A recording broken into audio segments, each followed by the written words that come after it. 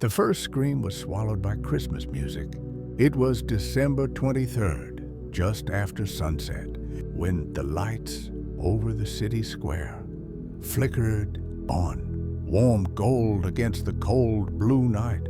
Carols floated from hidden speakers. Children laughed. Couples held hands.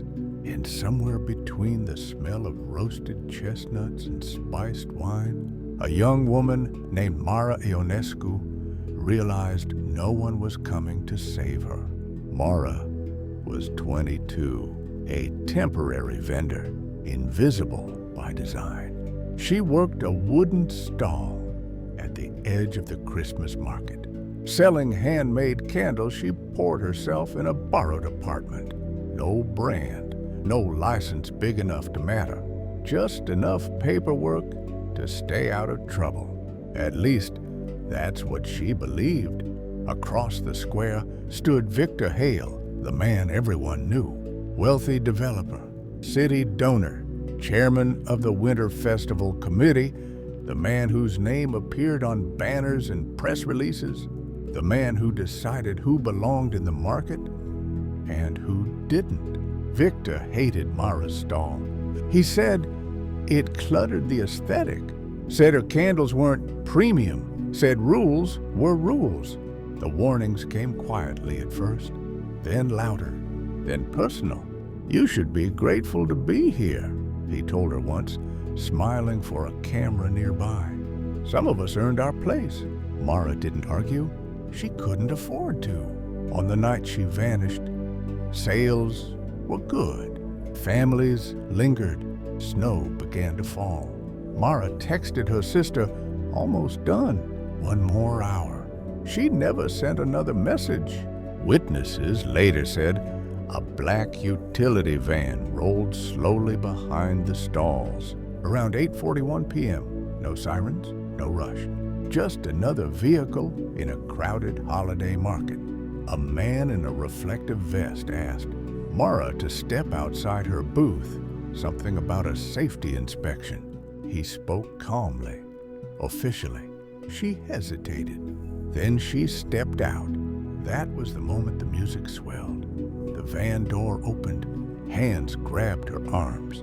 A gloved palm covered her mouth. Someone nearby laughed at a joke, completely unaware that a woman was being folded into darkness less than 10 feet away. The van drove off. By 9:15 p.m., Mara's stall was empty. Candles still burning. Cash box untouched. Her phone lay behind the counter, screen lit with a half-written message. Missing persons reports don't move fast during holidays. Police assumed she'd left voluntarily. Maybe drugs, maybe a boyfriend, maybe stress. Young people disappear all the time, one officer said, off the record. The market stayed open. Victor Hale gave a statement the next morning, calm, sympathetic. "A tragedy," he said. "We're cooperating fully." Cameras caught him placing a wreath near her stall. The headline read, "Festival Chairman Calls for Prayers." Behind closed doors, Victor was furious because Mara had seen something. 3 weeks earlier, she'd noticed a pattern. Trucks arriving late at night, stalls being swapped without records. A quiet operation hidden beneath holiday cheer. She'd overheard 2 men arguing about inventory that didn't match the books. When she asked questions, the answers came sharp and cold. "You're here to sell candles," one man told her. Not to look. Mara had kept notes, dates, license plates, names she overheard.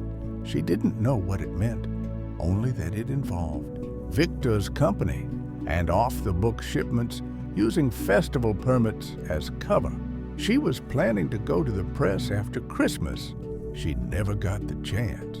Mara woke in a concrete room that smelled like bleach and damp metal. No windows, one bare bulb.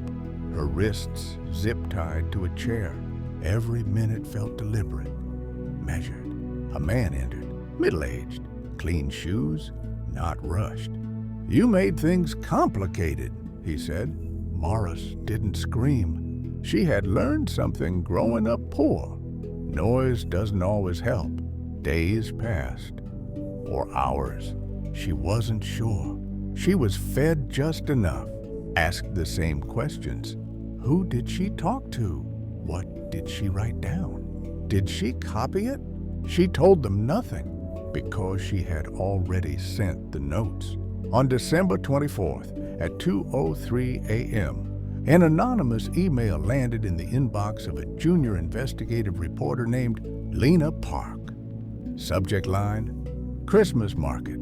Attached were photos, logs, a spreadsheet linking Victor Hale's shell companies to illegal import routes hidden inside festival logistics. It was enough to raise alarms, not enough to publish.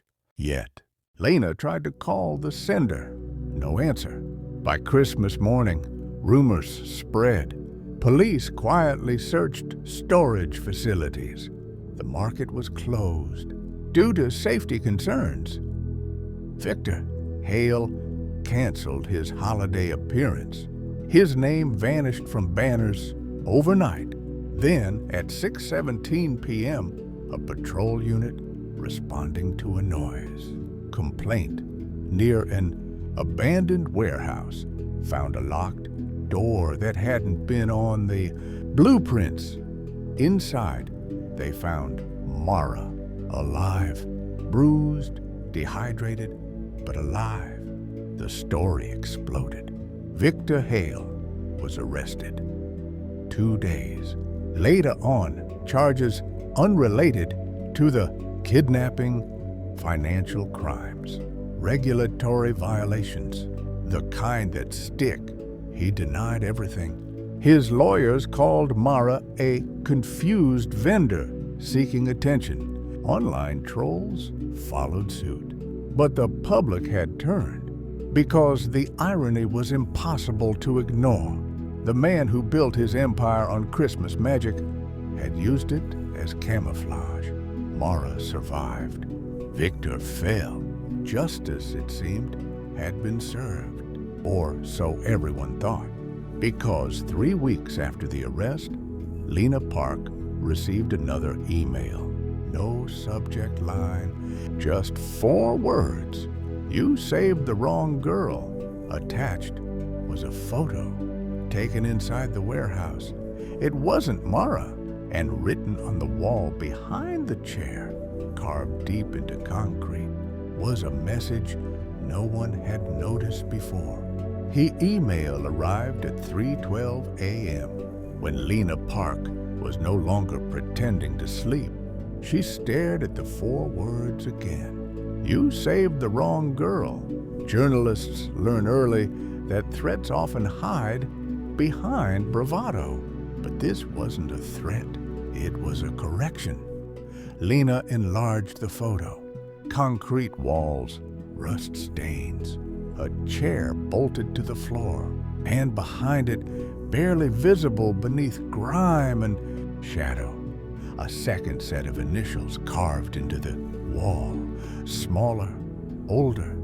Someone else had been there before Mara.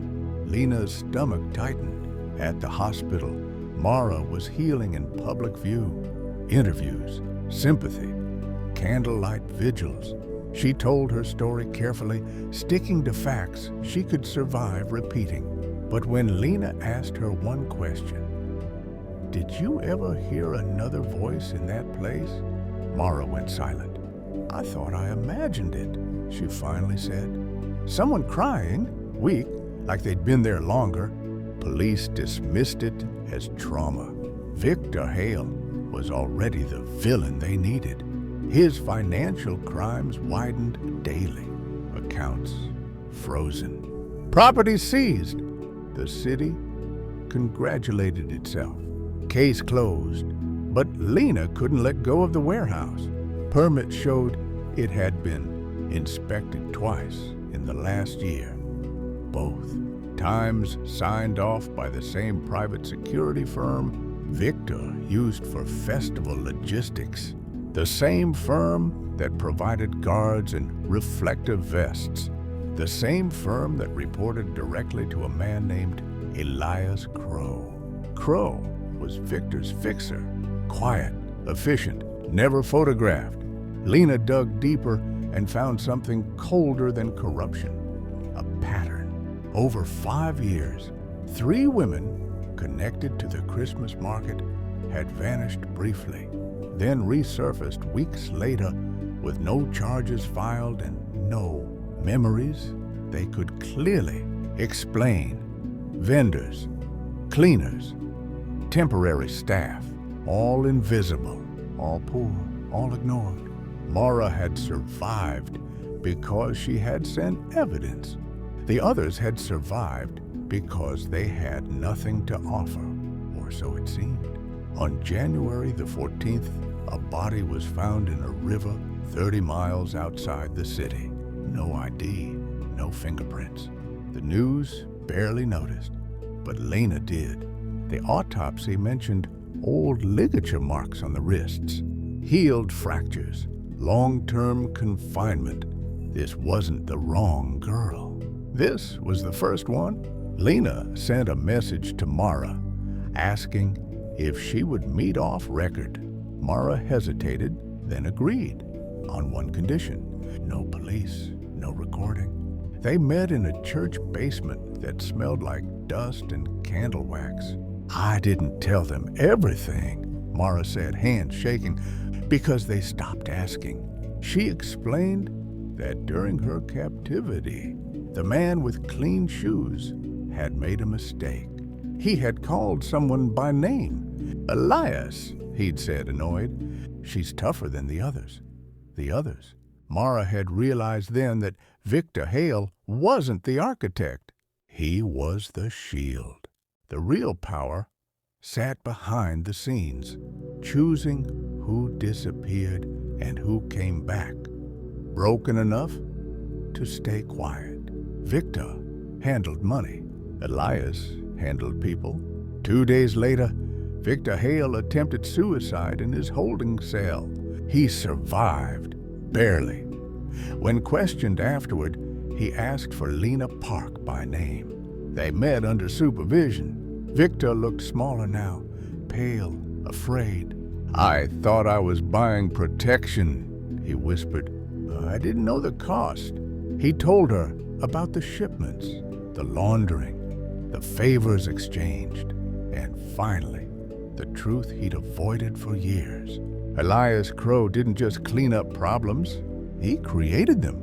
Victor named a location, another warehouse, older, deeper in the industrial district, a place not on any map. If you want to understand, he said, go there before he burns it. Lena didn't go to the police because every time she had, information leaked. Instead, she went alone, armed with a camera, a flashlight, and the kind of fear that sharpens focus. Inside the warehouse, she found rooms hidden behind false walls, chains, soundproofing, and a ledger carved directly into concrete with tally marks, some crossed out, some not. Footsteps echoed. Elias Crow stepped into the light. You journalists always arrive late, he said calmly. Justice already happened. Victor's finished. The city feels clean again. Lena raised the camera. What about the girls? Elias smiled. They were collateral, society's blind spot. Sirens wailed outside. Elias's smile faded because Lena hadn't gone entirely alone. She'd sent the footage live to every outlet that had ever ignored a missing vendor story. Elias tried to run. He didn't make it far.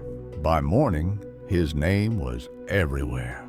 Arrest warrants, international flags. The city woke up to a truth it could no longer bury.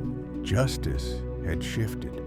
Finally, from symbolic to real. Mara watched the news from her sister's couch, wrapped in a blanket.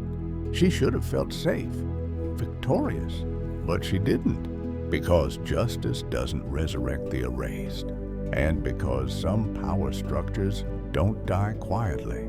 That night, Lena received one last message. No sender, no subject, just coordinates, and beneath them, a single sentence. There are still names on the wall.